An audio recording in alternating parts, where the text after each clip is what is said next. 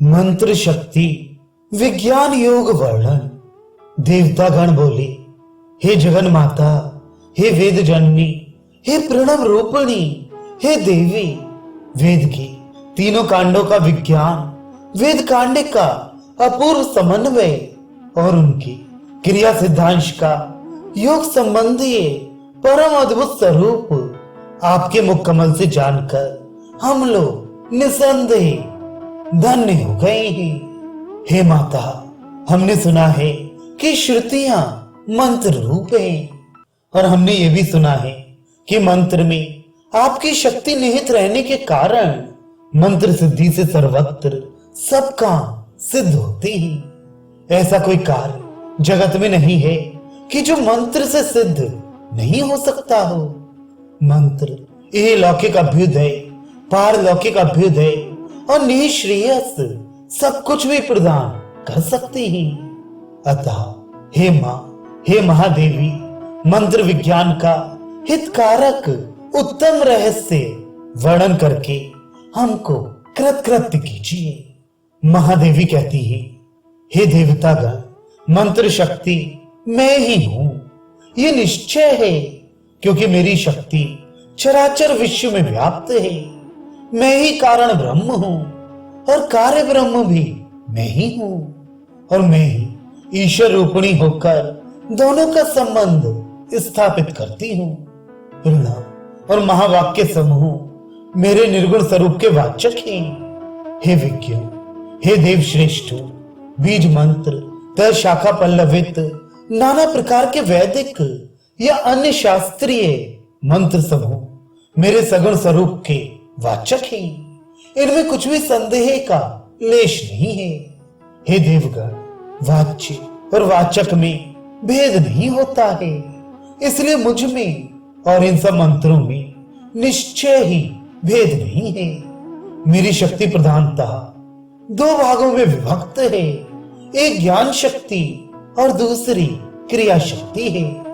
ज्ञान शक्ति मेरे कारण स्वरूप में नित्य शुद्ध और सदा पूर्ण रूप से सर्वदय निसंदेह अवस्थित है।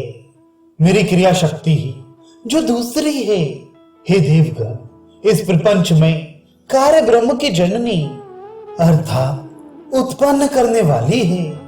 अतः ज्ञान शक्ति का अद्भुत बीज प्रणव है और नाना बीज मंत्र क्रिया शक्ति के बीज हैं। इसमें संदेह नहीं। जहां कोई कार्य है वहां कंपन अवश्य है, और जहां कंपन है वहां शब्द अवश्य है।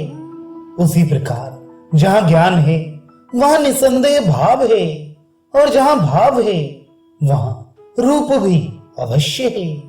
अस्तु, मैं इसको पुनः कहती हूं, सावधान होकर सुनो, जिससे मंत्र का विज्ञान आप लोगों को भली भांति समझ में आ जाए। मैं आध्यात्मिक भाव युक्त नाना रूपों से नाना विग्रहों को धारण करती हुई और अधिदैव संबंध युक्त नाना शब्दों से नाना मंत्र रूपिणी होकर अभ्युदय और निःश्रेयस सर्वदा अवश्य प्रदान किया करती हूँ। प्रणव निर्गुण मंत्रों का आदि है, इसलिए प्रणव का महात्म्य सर्वोपरि है, और इसी कारण सच्चिदानंद स्वरूप का परचायक प्रणव सब मंत्रों का राजा तथा सब मंत्र शक्तियों का सेतु है।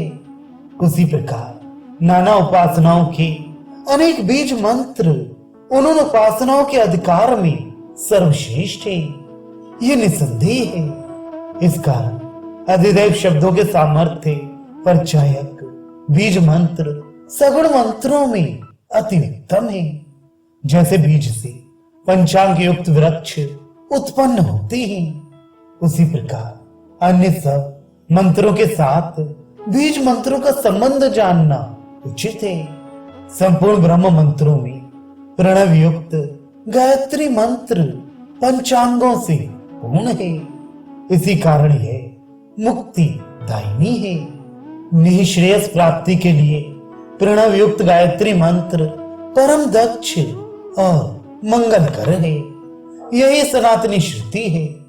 नाना प्रकार की अभ्युदय प्राप्ति के लिए नाना बीज युक्त नाना सगुण मंत्र नाना प्रकार की सिद्धि देने वाले हैं। यूं तो बीज मंत्रों के अनेक प्रकार के अनेक भेद हैं, परंतु प्रधानतः बीज मंत्र के 8 भेद हैं। हे देवगण, मैं तुमसे सत्य कहती हूं कि प्रणव की गति पंचकोश और सप्त ऊर्ध्व लोक से भी परे तक है, परंतु बीज मंत्रों की गति षष्ठ लोक पर्यंत है। तथापि प्रणव युक्त बीज मंत्र अभ्युदय और निश्रेयस दोनों के देने वाले हैं। मंत्रों की साधारणतः 2 संज्ञा होती है, एक शस्त्र और दूसरा अस्त्र। प्रयोग के भेद से ही ये 2 भेद उत्पन्न हुए हैं। एक के द्वारा देवताओं की सानिध्य प्राप्ति और दूसरे के द्वारा अधिदैव कार्य कराने में शीघ्र सुगमता होती है। ये नियम सनातन है। हे देव श्रेष्ठों, इन दोनों भेदों में भी साधकों की सकामता तथा निष्कामता ही कारण है। हे देवगण, मंत्र के ही बल से पितरगण समुपस्थित होकर सदाकार श्राद्ध में मनुष्यों के द्वारा दिए अन्नों से तृप्ति प्राप्त करते हैं। हे देवगण, मंत्र की ही शक्ति द्वारा तुम लोग यज्ञ से संवर्धित होकर जगत के कल्याण में सदा तत्पर रहते हो। मंत्र की शक्ति द्वारा ब्रह्म यज्ञों से ऋषिगण और देव यज्ञों से आप लोग संवर्धित होकर परस्पर परम श्रेय लाभ करते हो और कराते हो। मंत्र जब कर्म के साथ प्रयुक्त होते हैं तब कर्मियों को अवश्य ऊर्ध्व गति प्रदान करते हैं, इसमें संदेह नहीं। और जब मंत्र मेरी भक्ति के साथ प्रयुक्त होते हैं तब मेरे प्रिय भक्तों को मेरा सानिध्य प्राप्त कराते हैं।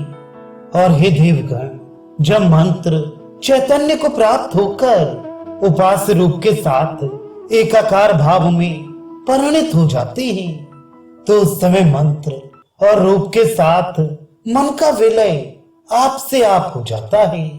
तब मंत्र ही निःश्रेयस पद प्रदान करते हैं।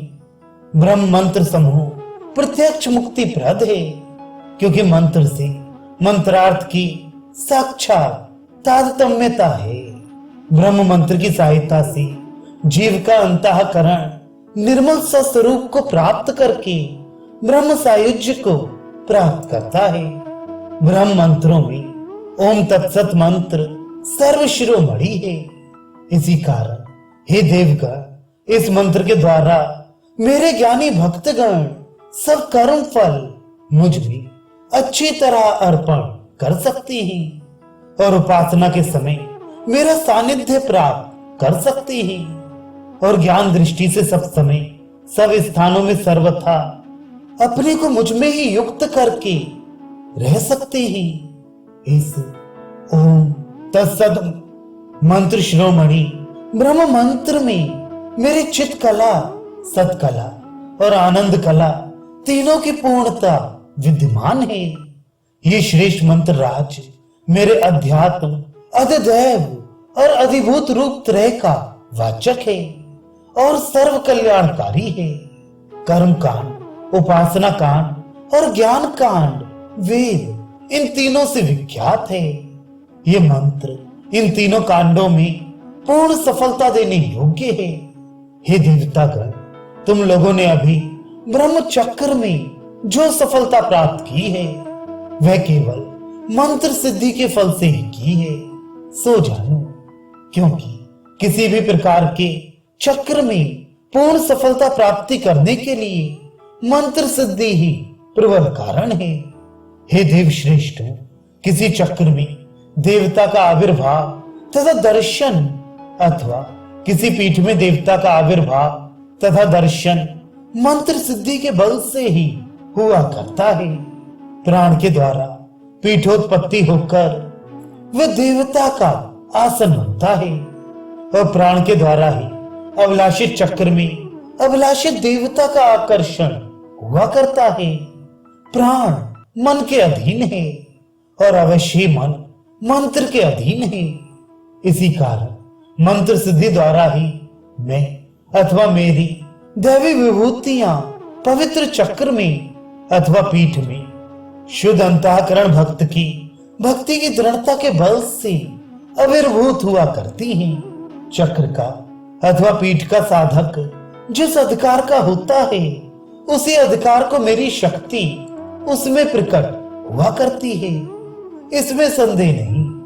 परंतु हे देवगण, इसमें सफलता का मूल कारण मंत्र ही है, क्योंकि अमंत्रक चक्र अज्ञान प्रवर्तक और अविद्या का आलय है और अमंत्रक पीठ प्रेत का निलय बन जाता है।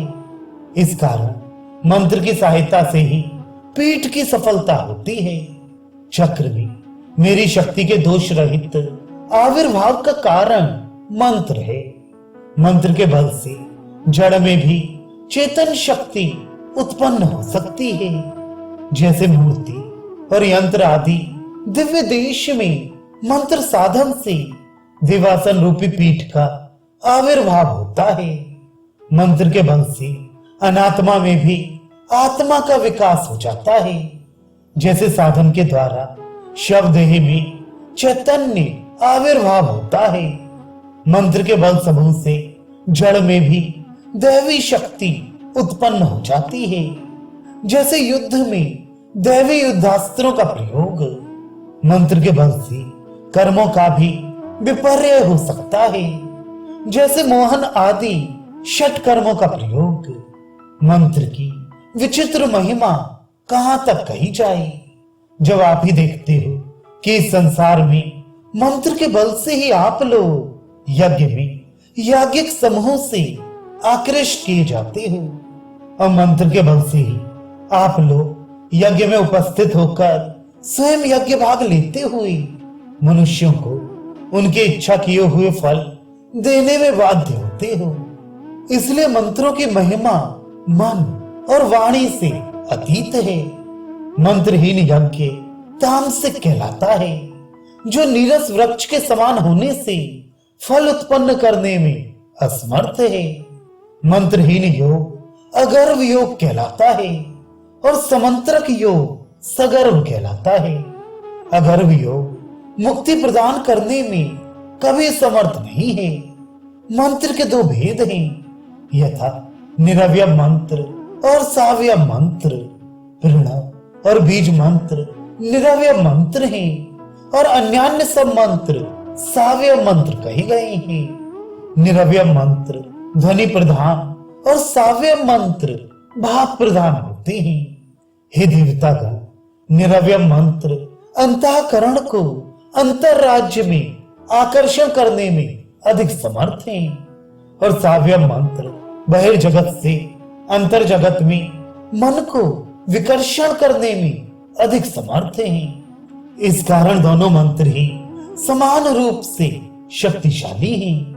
हे देवतागण, कर्म कांड में सावय मंत्र भी विभिन्न स्तरों के आश्रय से विभिन्न प्रकार की शक्ति को अवश्य ही प्राप्त होते हैं। हे देवगण, जिस प्रकार आप लोगों में और आर्यगण में भी 4 वर्ण हैं, उसी प्रकार मंत्र भी 4 जाति के होते हैं। वैदिक मंत्र ब्राह्मण, तांत्रिक मंत्र क्षत्रिय, मिश्र मंत्र वैश्य और लौकिक मंत्र शूद्र कहलाते हैं। वैदिक मंत्र मुक्तिप्रद, तांत्रिक मंत्र श्रेष्ठ, पारलौकिक अभ्युदय प्रद, मिश्र मंत्र कामनाप्रद और लौकिक मंत्र लौकिक बाधाओं को भली भांति नाश करते हैं। हे देवगण, मंत्र ही जगत उत्पत्ति के कारण और मंत्र ही जगत के विलय के कारण है, क्योंकि प्रथम प्रणव प्रकट होता है, तदनंतर शब्दमय सब सृष्टि प्रकट होती है और वेद का आदि प्रणव ही है और सृष्टि के आदि में उत्पन्न होने से यह वेदों की उत्पत्ति का स्थान भी है। हे देवगण, वर्णात्मक प्रणव के आश्रय से ध्वन्यात्मक ओंकार के अधिकार को योगी प्राप्त करके शीघ्र सत्य लोक तक पहुंच सकता है, इसमें क्या संदेह है। और कर्मनिष्ठ तथा योगनिष्ठ महापुरुष ओमकार के अवलंबन से ही देवयान की गति को प्राप्त होकर जिससे पुनरावृत्ति नहीं होती उस लोक को प्राप्त करते ही मेरे भावातीत स्वरूप से भाव और त्रिभावात्मक ओमकार एक साथ ही प्रकट होकर भाव और शब्दमय सृष्टि उत्पन्न करके दृश्य प्रपंच प्रकट करते हैं। इस कारण सृष्टि की आदि क्रिया सर्वथा मंत्र के अधीन है। हे देवगण, जीवों के अलौकिक और पारलौकिक सब प्रकार के अभ्युदय में मंत्र ही सहायक है। इस सृष्टि का विलय होते समय दृश्य प्रपंच समूह शब्द समूह में और सब शब्द ब्रह्म में और सब भाव राशि अद्वैत भाव में निश्चय ही परिणत होते हैं। आप लोग इसमें कुछ भी संदेह ना करें। इस कारण सृष्टि उत्पादक कर्म का आदि और अंत मंत्र ही है। यही कारण है कि कर्म जड़ और मंत्र चेतन है, ये निश्चय है।